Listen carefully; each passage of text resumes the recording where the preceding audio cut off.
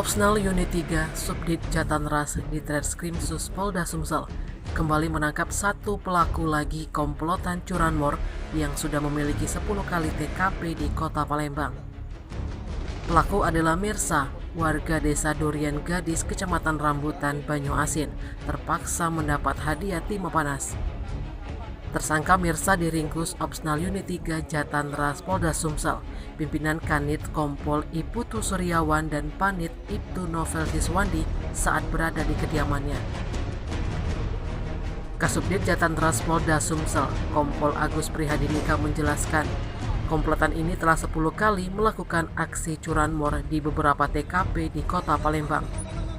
Satu kasus yang menarik dari aksi komplotan curanmor itu, mencuri 2 kendaraan sekaligus, yakni motor Kawasaki KLX dan Honda Beat. Peristiwa curanmor itu dialami korban Tommy di kediamannya di Jalan Talang Kepuh, Kelurahan Gandus, Kecamatan Gandus, Palembang. Korban Tommy memarkirkan 2 motornya di dalam garasi yang tertutup terali besi dengan posisi motor tersebut terkunci dan pagar rumah juga terkunci. Ketika bangun tidur, korban melihat motornya tidak ada lagi di dalam garasi tersebut. Usai kejadian, korban Tommy langsung melaporkan aksi curanmor itu ke polisi. Pihaknya juga menanamkan barang bukti berupa 1 unit motor Honda Beat.